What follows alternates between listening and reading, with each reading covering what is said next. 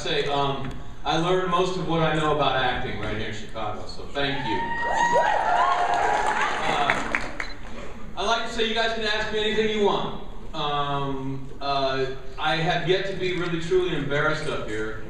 Not that some of you haven't tried. I won't necessarily answer anything you ask. But you can try to see if you can get a rise out of me. I dare you. Good morning, James. Good morning. First of all, I'd like to officially say happy early birthday. Thank you. And I'd mostly really like to thank you that after years and years of begging, you were finally stepping the 21st century and accepting social media.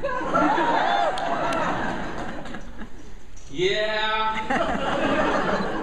For a long time, I always said that I was part of the second oldest profession in the world, acting. The first being, of course, prostitution. So, that we would not need computers in the foreseeable future.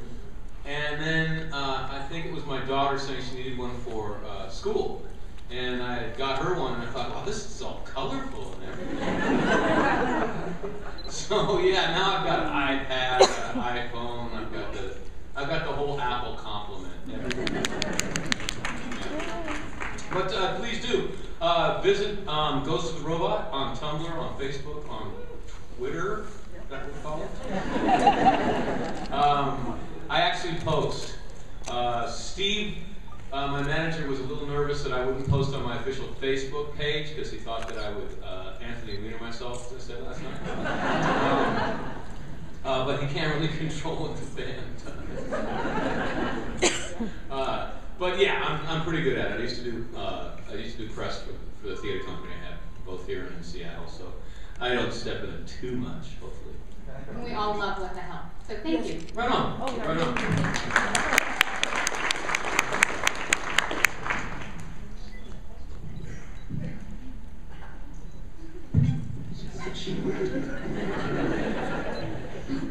Hi. Hello there. Okay, I like to ask non-serious questions. So, you're on death row. Good morning. Okay. Yeah, I'm there. You're on death row. Okay. What's your last meal that you request? In other words, what's your favorite thing to eat? Yeah. Very large, drawn-out, 5-quart. A good rainbow roll, I guess. Yeah. Or a spider roll. Yeah, my last meal. How about sushi? I gotta say, it makes me feel ready for death.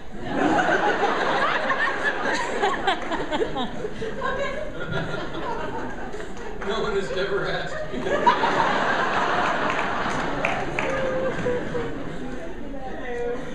Mine's a non-traditional question as well. If you knew the world was going to end, what is the one thing you would want to do that you haven't done already? Wow, is there any coffee here? It's not the Walking Dead panel. If the world was really going to end, I would just want to jump out of a plane with or without a parachute. Just do it. Yeah, I think so. Skydiving is a thing that really scares me, but also kind of thrills me. Like maybe, like they can do it from space now. So I'd want to do it from space. Thank you. Look. Hi. Hello. I read a couple years ago that you were helping your daughter practice her cheerleading routine. And I was wondering if you remembered any of them.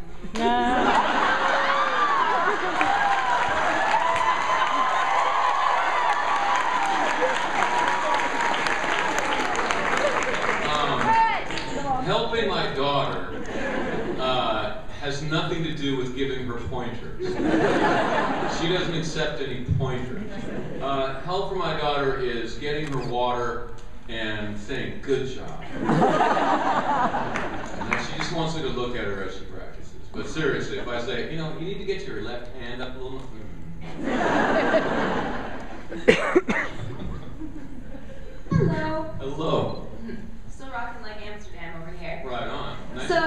by the way. Thank you. Yeah. I was in a panel yesterday with Sam Chamel, and he's also on a prominent vampire series right now, True Blood. Right on. And we were interrogating him with some rather rough questions, and you said your fans like to embarrass you. So I have a question that was asked yesterday to him that I'm going to ask you. Yeah.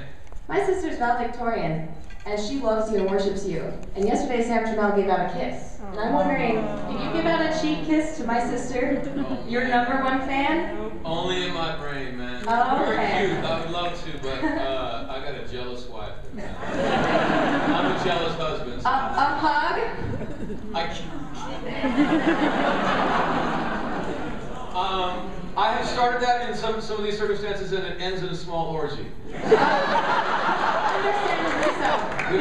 My other question was, in the puppet show where Angel becomes a puppet, there's obviously a spike puppet. Why wasn't that used? Do you know? Oh, well, that was just I'm sorry, man, that was just a marketing thing.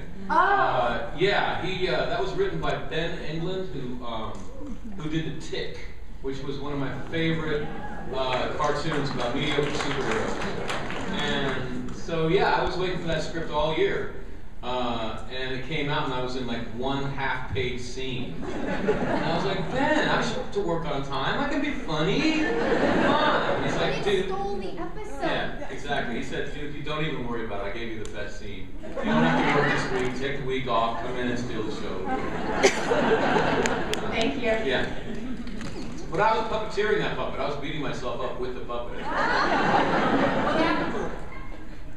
Oh, we ruined that puppet. Hello, James. Hello. I loved your show last night. Great. Right on. So my question is about your music. My favorite is Goodnight, Sweet Girl. I'm wondering, of all the songs that you have done, what is your favorite and why?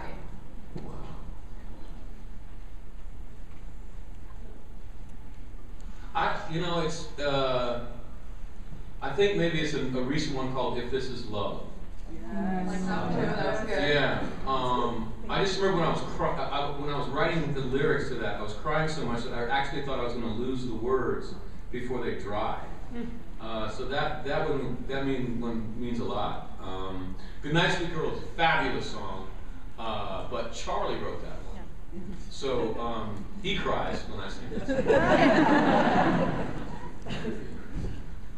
Good morning. Good morning. I have a Chicago theater question for you. Right on. I had heard that you were in a Goodman Theater production of The Tempest way back, and I remember wasn't that the version that Robert Falls had, how shall we say it, full frontal as the survivors? Were you one of those? I wondered. Oh yeah, I was the principal nudie in that one. So I saw you back then. Thank you for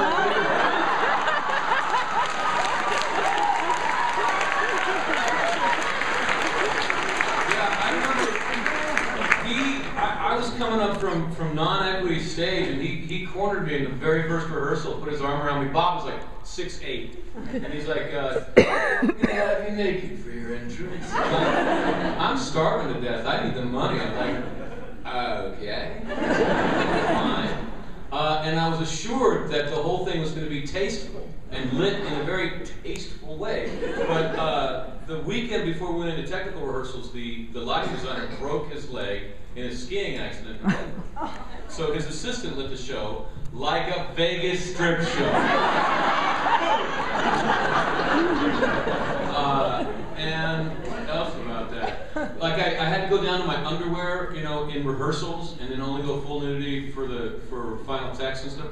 But so that meant that the whole cast saw my whole collection of underwear, which, as a starving artist, is nothing to really write home. And I remember Miranda gave me fresh underwear as my opening night present. What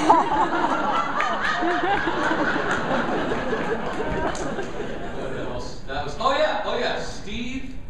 What was his name? And Steve, the head sprite, used to show me pornography stage left. We moved in like Da Vinci's Perfect Man sketch, right?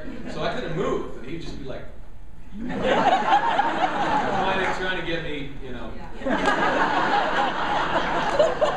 Ha, didn't work. I'm not ashamed.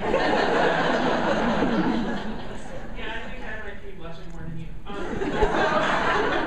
My question is also about your music. I'm a musician myself, and my sister and I wrote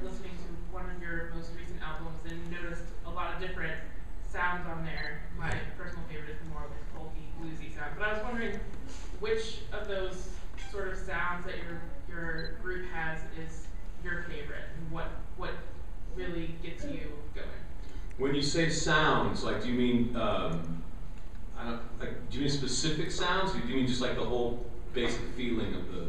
Yeah, the basic feel. Yeah. Right on. And what were you recent? I'm going to interview you. What? So you're referring to probably Murphy's Law, the latest album, or what? Yeah. Yeah.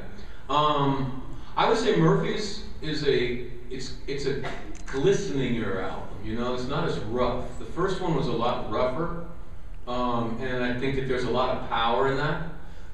And it was kind of punky and kind of garage bandy, and that was really, you know, a lot of that was just because we had just met each other, and I was paying for it, so all I kept saying was, hurry up!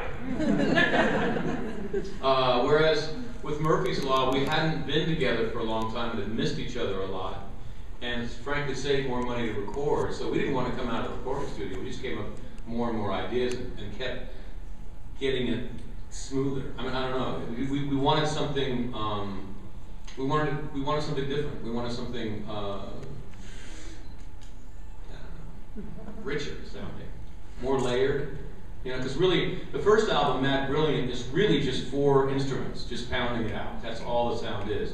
And Murphy's Law's got a lot of layers on it. Yeah. Which I like better. I mean, I like it all, and it all just kind of comes organically from what happens. I don't know how to explain it. It's not like a complete plan. It's just something I can kind of describe in hindsight. So God knows we got more albums we're going to be doing.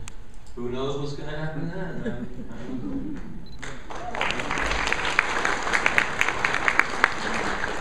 What's going on? Hey.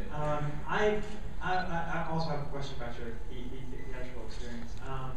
I'm not a huge Shakespeare buff by any stretch of the imagination, but I do have this fantasy, and it involves seeing you on stage as Iago. I just think you would be like the best Iago like ever, just like that fits in my mind. I was wondering, is that something you have done and want to do, and what's the Shakespeare role that you haven't done that you most want to do? I would love to do Iago. I mean, Iago is a very interesting role. Most of the time in Shakespeare, Iago may be the only one like this, but people are not evil in Shakespeare. They're human beings that are either making mistakes and hurting each other, or not making mistakes and saving themselves or other people. So there's not really any heroes or villains in Shakespeare. It's just a little more like life, you know, except for Iago, who is just unexplained evil. I am trying to destroy you, Othello, and your marriage, and I'm not even going to explain myself. And I've always wondered what that was. But yeah, just unrestrained evil would be fabulous. I don't know if I could do it better than Kenneth Branagh did it, though. He was awesome in that. My God.